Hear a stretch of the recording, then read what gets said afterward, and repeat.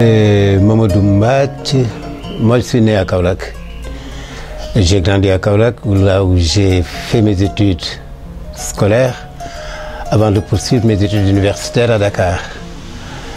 Je suis un militant actif dans la période de clandestinité des partis au Sénégal. J'ai vécu très activement dans le mouvement étudiant au Sénégal quand il y avait à l'université le statut provisoire qui interdisait aux étudiants d'avoir des manifestations à l'intérieur du campus universitaire, mais qui interdisait également la présence des étudiants au sein des différentes instances universitaires. Donc on a lutté contre le statut provisoire et c'est dans le cadre de cette lutte que nous avons acquis pratiquement toutes les libertés qui prévalent maintenant au niveau de l'université. C'est dans la continuité de ces activités que j'ai été exclu de l'université parce que j'étais le représentant des étudiants de la fac de sciences au niveau du conseil de l'université.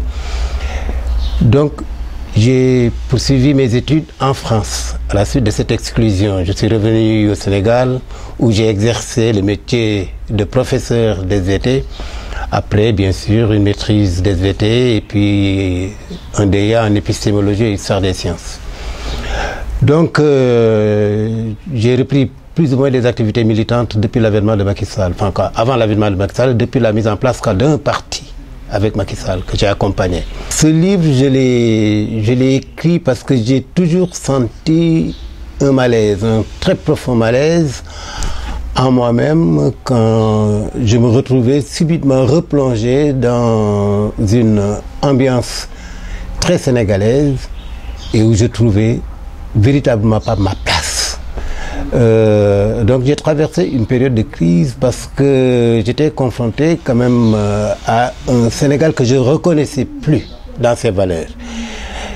Et parmi ces valeurs, il y avait toujours le problème des castes qui était un problème très prégnant, encore prégnant.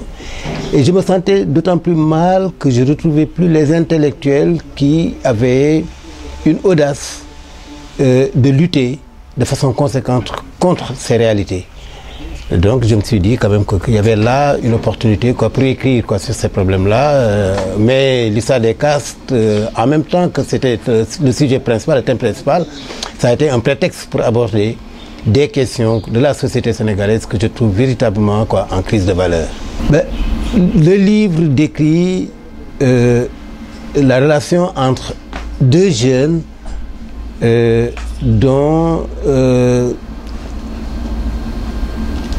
la relation entre deux jeunes qui, l'un, Babacar, est guerre, donc plus ou moins, qu'on peut traduire plus ou moins par noble, et l'autre, Rama, est Teug, donc de la caste, du caste des forgerons. Donc ce sont ces deux personnages qui vont en tenir une relation amoureuse, mais interdite par leurs parents, mais une relation tellement persistante et un amour tellement fort qu'entre les deux personnes, ils vont vivre, malgré les interdictions, cet amour, bien sûr dans une situation assez trouble, et de ces relations naîtront des enfants. Mais ces enfants, cette relation interdite, va voir Babacar migrer, aller dans une contrée plus paisible où il ne vivra plus cette relation tumultueuse, où il ne vivra plus non plus ces interdits d'une société dans laquelle il ne peut pas s'épanouir, dans laquelle il ne peut pas se retrouver.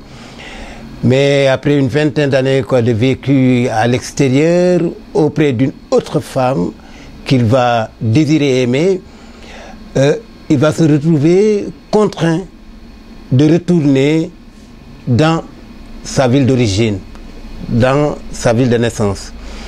Et là, il va renouer avec une ambiance, avec toujours la prégnance du passé, une ambiance où il va retrouver un Rama, mais un Rama aigri, un autre Rama une autre femme avec laquelle il va avoir encore du mal à remuer.